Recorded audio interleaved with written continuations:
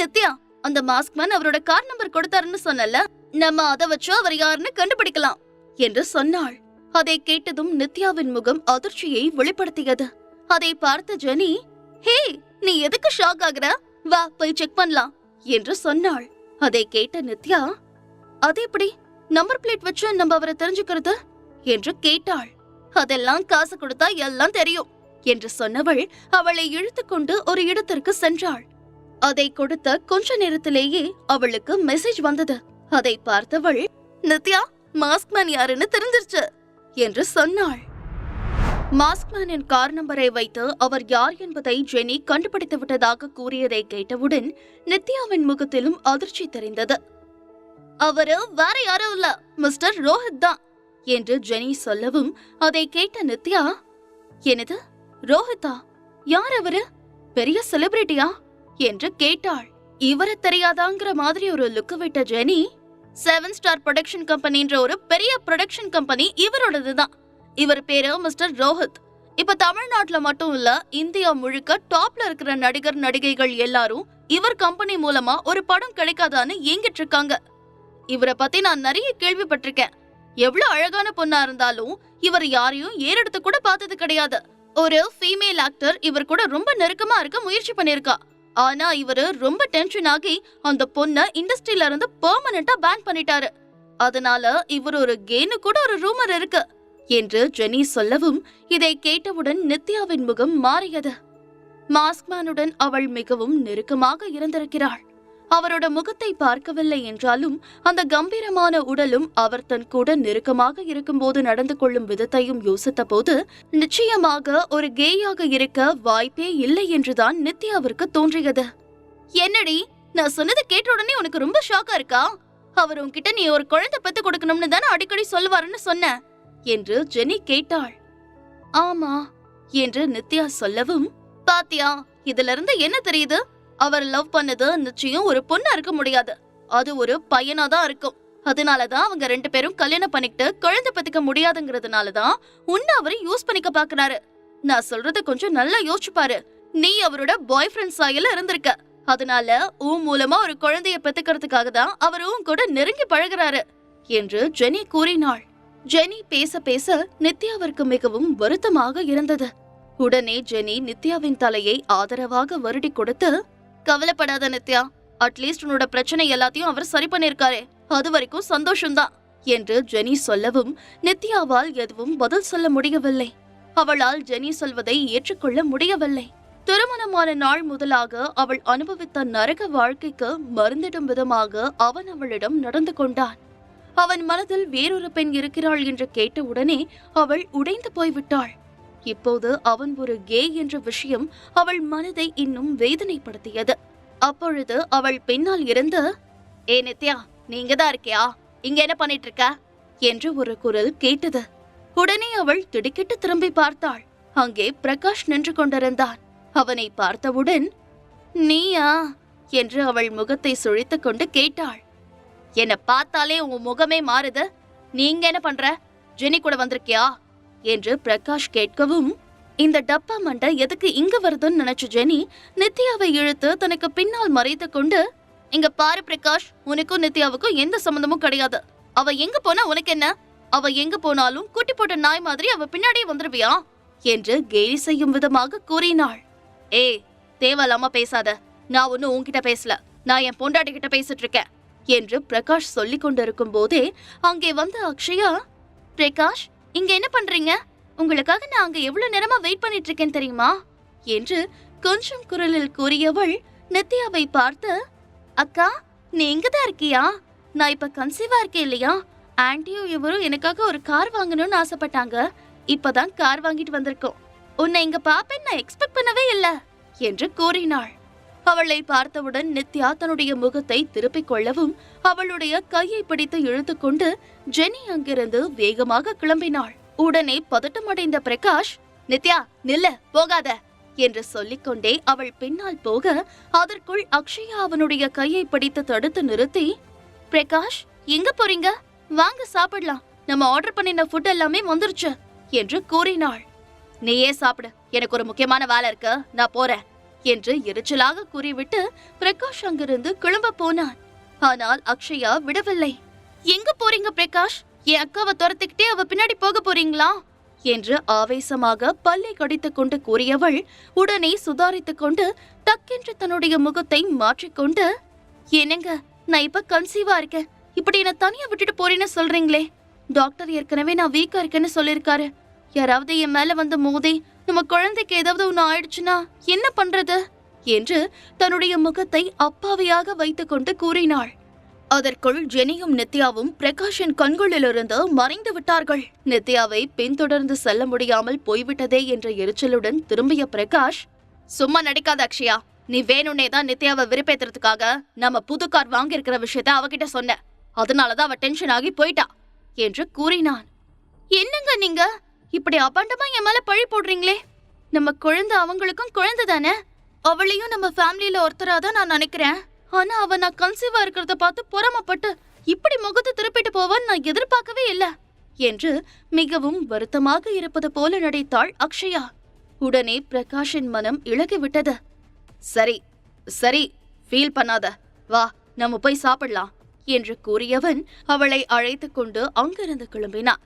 அவனுடைய கைகளை இறுக்கமாக பிடித்துக் கொண்ட அக்ஷயா அவன் தோளில் சாய்ந்து கொண்டு, இன்னும் உங்க ஃபர்ஸ்ட் வைஃபை உங்களால மறைக்க முடியலல்ல என்று கேட்டாள். உடனே திடுக்கிட்ட பிரகாஷ் தடுமாறும் குரலில், இல்ல இல்ல அப்படியெல்லாம் எதுவும் இல்ல என்று கூறினான். மெதுவாக தலையை உயர்த்தி பிரகாஷை பார்த்த அக்ஷயா, என் அக்கா நித்யா கிட்ட இப்ப நிறைய சேஞ்சஸ் இருக்கு பாத்தீங்களா? அவ இப்ப முன்னாடி மாதிரி இல்லாம ரொம்ப அழகா ட்ரெஸ் பண்ணிக்கிறா. அதனால அவளுக்கு கல்யாணம் ஆனது தெரிஞ்சும் நிறைய பேர் அவ பின்னாடி சுத்தி வராங்கன்னு கேள்விப்பட்டேன். அதுல யாரையாவது அவ கல்யாணம் பண்ணிக்கிட்டு செட்டில் ஆனா எனக்கு சந்தோஷம்தான் என்று கூறினாள். அதை கேட்டவுடன் பிரகாஷின் முகம் மாறிவிட்டது. என்ன சொல்ற நீ? அவ பின்னாடி நிறைய பேர் சுத்துறாங்களா? இது எப்படி உனக்கு தெரியும் என்று கேட்டான். உங்களுக்கு தெரியாதா? நம்ம ஒரு பார்ட்டிக்கு போயிருந்தப்ப அங்க ஜெனி அவளை அழைச்சிட்டு வந்திருந்தால, அப்ப அங்க இருக்கிற பசங்க எல்லாரும் அவகிட்ட வளைஞ்சிட்டு இருந்தாங்க. நித்யா வழி தவறி போறதை விட அதுல யாரையாவது கல்யாணம் பண்ணிக்கிட்டு அவ செட்டில் ஆயிட்டா நல்லது தானே என்று கூறினாள் அக்ஷயா. அக்ஷயா பேச பேச பிரகாஷுக்கு பற்றி கொண்டு வந்தது. போதும் நிறுத்த அக்ஷயா, விட்டா நீயே அவளுக்கு கல்யாணம் பண்ணி வச்சிருவ போல இருக்கு. நானும் போனா போகுதுன்னு பாக்குறேன், ஆனா நீ ரொம்ப ஓவரா பேசிக்கிட்டே போற. நீ கன்சீவா இருக்க, நான் ஒத்துக்கிறேன். ஆனா அதுக்காக எதுக்கு எடுத்தாலும் குழந்தைய வச்சு என்ன கண்ட்ரோல் பண்ணலாம்னு நினைக்காத. உன்னை பத்தி இப்பதான் நான் தெரிஞ்சுக்கிட்டேன். நீ இவ்ளோ கேவலமானவளா இருப்பேன்னு நான் நினைச்சே பாக்கல. எனக்கு தெரியாம டிவோர்ஸ் டாக்குமெண்ட் ரெடி பண்ணி அது நித்யா கிட்ட கொடுத்து கையெழுத்து வாங்கிருக்க. அது மட்டும் இல்ல, நம்ம 2 பேரும் கல்யாணம் பண்ணிக்க போறோம்னு சொல்லி இன்விடேஷன் கார்டையும் அவ கண்ணுல படுற மாதிரி வச்சிருக்க. நான் உன்கிட்ட இருந்த இதெல்லாம் எதிர்பார்க்கவே இல்ல என்று கூறினான். பிரகாஷ் கூறியதை கேட்டவுடன் அக்ஷயாவின் முகம் மாறிவிட்டது. அவள் பல்லை கடித்துக் கொண்டு தாழ்ந்த குரலில், இல்ல, அது இதெல்லாம் நம்ம நல்லதுக்காக தான் நான் பண்ணினேன். நீங்க இப்படி கோபப்படுறத பார்த்தா உங்க மனசுல இன்னும் அந்த நித்யாதான் இருக்காளா என்று கேட்டாள்.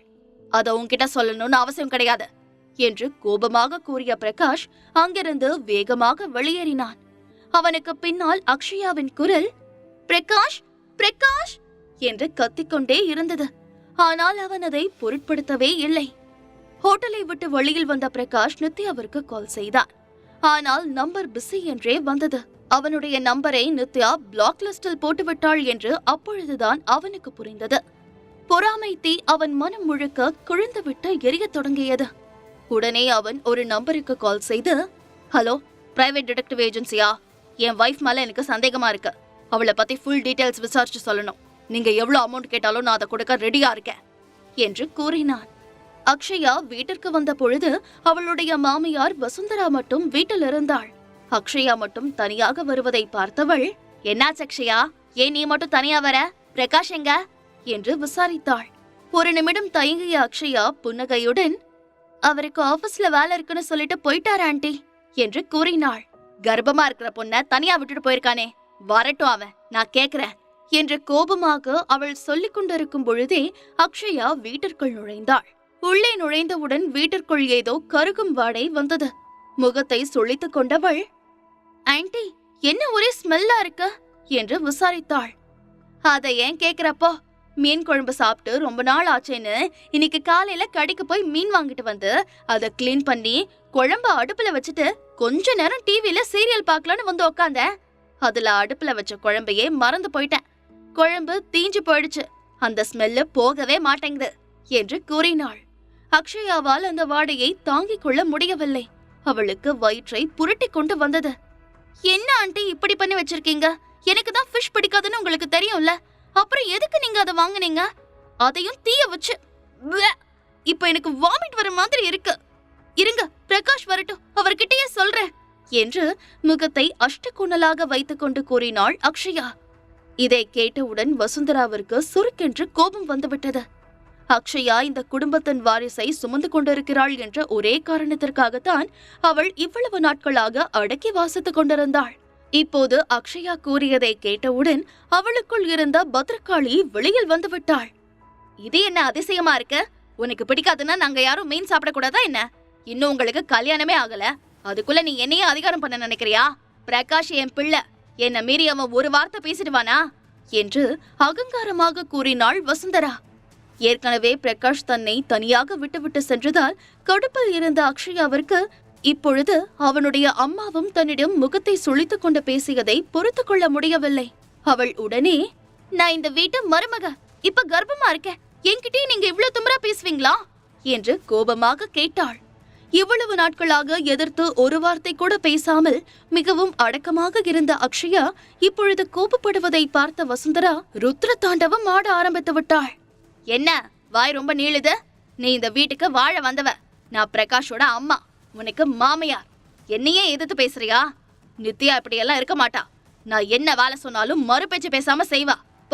போய் அந்த தீஞ்சு போன பாத்திரம் எல்லாத்தையும் போய் கிளீன் பண்ண என்று அதிகாரமாக கூறினாள். Nithya Nithya Nithya, oh my god, இன்னைக்கு இவங்க எல்லாருக்கும் என்ன ஆச்சு? போயும் அவ கூட என்ன கம்பேர் பண்ணி பேசுறாங்களே. நான் அப்ராட் போய் பிசினஸ் மேனேஜ்மெண்ட் படிச்சிருக்கேன், அவ காலேஜ் பக்கம் தலை வச்சு கூட படுத்ததில்ல. என் கால் தூசிக்கு ஈடாகாத அவ கூட போய் என்ன கம்பேர் பண்ணி பேசுறாங்களே என்று நினைத்த அக்ஷயாவிற்கு நித்யா மற்றும் வசுந்தராவின் மீது கொலை வெறி வந்தது. ஆனாலும் இப்போது வசுந்தராவை எதிர்த்து அவளால் எதுவும் சொல்ல முடியவில்லை. காரணம், அவளுக்கு இன்னும் பிரகாஷுடன் முறைப்படி திருமணம் நடக்கவில்லை.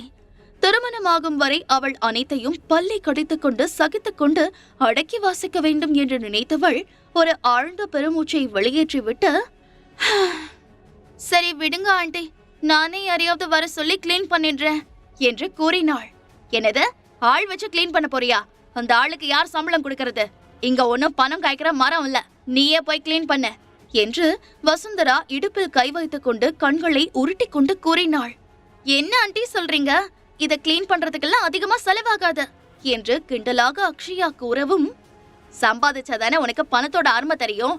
அடே அப்பா, உன் ட்ரெஸ்ஸிங் டேபிள்ல எவ்வளோ மேக்கப் ஐட்டம் இருக்கு. இதெல்லாம் வாங்குறதுக்கு என் புள்ள லட்சக்கணக்கில் செலவு பண்ணிருப்பான் போல இருக்கே. ஆனா நித்யா அப்படி கிடையாது. உன்கிட்ட இருக்கிற மாதிரி காஸ்ட்லியா அவகிட்ட எந்த பொருளும் இருக்காது. அவ மேக்கப் கூட போட்டுக்க மாட்டா என்று வசுந்தரா கூறினாள். அதெல்லாம் உங்களுக்கு எப்படி தெரியும் ஆண்டி? என்னோட திங்ஸ் நீங்க யூஸ் பண்ணீங்களா என்று கேட்டாள். ஆமா, இப்ப என்ன அதுக்கு? கிச்சன்ல குழம்பு தீஞ்சு போன ஸ்மெல் தாங்க முடியல, அதனால நீ வச்சிருக்கிற பெர்ஃப்யூம் பாட்டில் எடுத்துதான் நான் கிச்சன்ல ஸ்ப்ரே பண்ணேன். ஆனாலும் ஸ்மெல் போகவே இல்ல என்று தெனாவட்டாக கூறினாள் வசுந்தரா. இதை கேட்ட அக்ஷயாவின் பொறுமை எல்லையை கடந்து விட்டது. அவள் முகத்தில் எள்ளும் கொள்ளும் வெடித்தது. முழு கதையையும் கேட்டு மகிழ பாக்கெட் FM ஆப்பை டவுன்லோட் செய்யுங்கள். லிங்க் டிஸ்கிரிப்ஷனில் கொடுக்கப்பட்டுள்ளது.